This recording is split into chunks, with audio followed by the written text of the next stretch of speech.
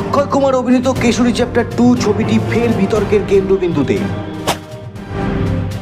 অক্ষয়ের ছবিতে বিপ্লবী ক্ষুদিরাম বসু ও বারীন্দ্র কুমার ঘোষকে ভুলভাবে উপস্থাপন করার অভিযোগে কেশরী চ্যাপ্টার 2 নিয়ে বিতর্ক তীব্র হয়েছে।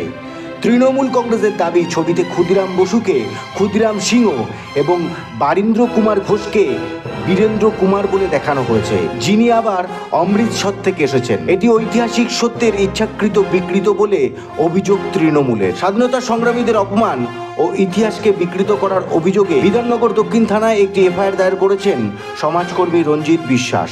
এবার পথে নামলো বাংলা পক্ষ। ছবিতে ইতিহাসকে বিকৃত করার অভিযোগ তুলে সরব হলেন বাংলা পক্ষের সাংগঠনিক সম্পাদক কৌশিক মাইতি। কি বললেন শুনুন একবার।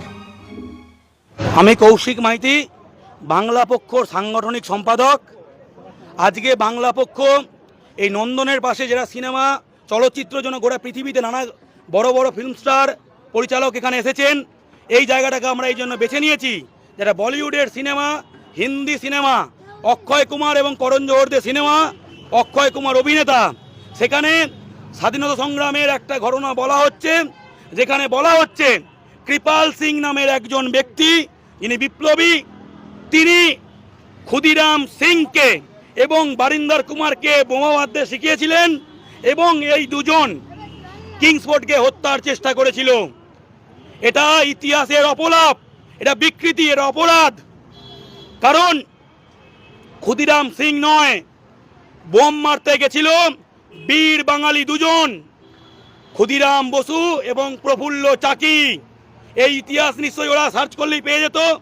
সেন্সার বোর্ডও যখন দেখেছে ছাড়পত্র দিয়েছে ইচ্ছাকৃতভাবে, কারণ ক্ষুদিরাম বসুকে ক্ষুদিরাম সিং বানিয়ে বাঙালির অবদান ওরা ভুলিয়ে দিতে চায়, বাঙালি স্বাধীনতা সংগ্রামীদের অপমান করতে চায়। এবং কৃপাল সিং এদের বোম মারা শেখায়নি, শিখিয়েছিল হেমচন্দ্র কানুঙ্গ, সে তার নিজের একটা বইও আছে। এবং বারিন্দর কুমার যাকে বলা হচ্ছে, যাকে বিকৃত করে, সেটা হচ্ছে বারিন ঘোষ, বিপ্লবী বারিন ঘোষ। তিনি মুরারিপুকুর বোমা মামলায় ব্রিটিশরা যাকে অভিযুক্ত করেছিল, যেটা আলিপুর বোমা মামলা নামে পরিচিত, যেখানে এই বারিন ঘোষদের জন্য দাঁড়িয়ে লড়েছিলেন দেশবন্ধু, বাঙালির অভিভাবক, বাঙালি জাতির মহানায়ক চিত্তরঞ্জন দাস। দুটো আলাদা ঘটনাকে খিচুড়ি করে একটা ঘটনা করা হলো এবং নামগুলো করা হলো বারিন্দর কুমার এবং ক্ষুদিরাম সিং। এটা আমরা মনে করি ইচ্ছাকৃত। ক্ষুদিরামের অপমান মানে বাঙালির অপমান, ভারতের অপমান, প্রতিটা স্বাধীনতা সংগ্রামীর অপমান। বারিন ঘোষের অপমান মেনে নেওয়া হবে না, প্রফুল্ল চাকির অপমান মেনে নেওয়া হবে না। প্রকাশ্য ক্ষমা চাই, দাবি প্রকাশ্য ক্ষমা।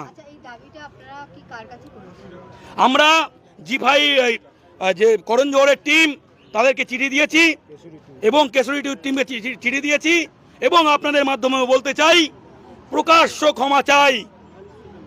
ক্ষমা চেয়ে ওই সিনগুলো বদলাতে হবে। এবং অক্ষয় কুমার কলকাতায় এলে, করণ জোহরের পর কলকাতায় এলে বাঙালির যে ভালোবাসা পাবে সেটা সকলে দেখে নেবেন। আমরা কার্নি সেনা নই, শিবসেনা নই, আমরা ওইভাবে ভাঙচুর করি না, কিন্তু বাঙালি যা অতিথিপরায়ণ জাতি, অক্ষয় কুমার করণ জোহরদের যে অতিথি আপ্যায়ন হবে সেটা মিডিয়া তখন দেখতে পাবে। জয় বাংলা।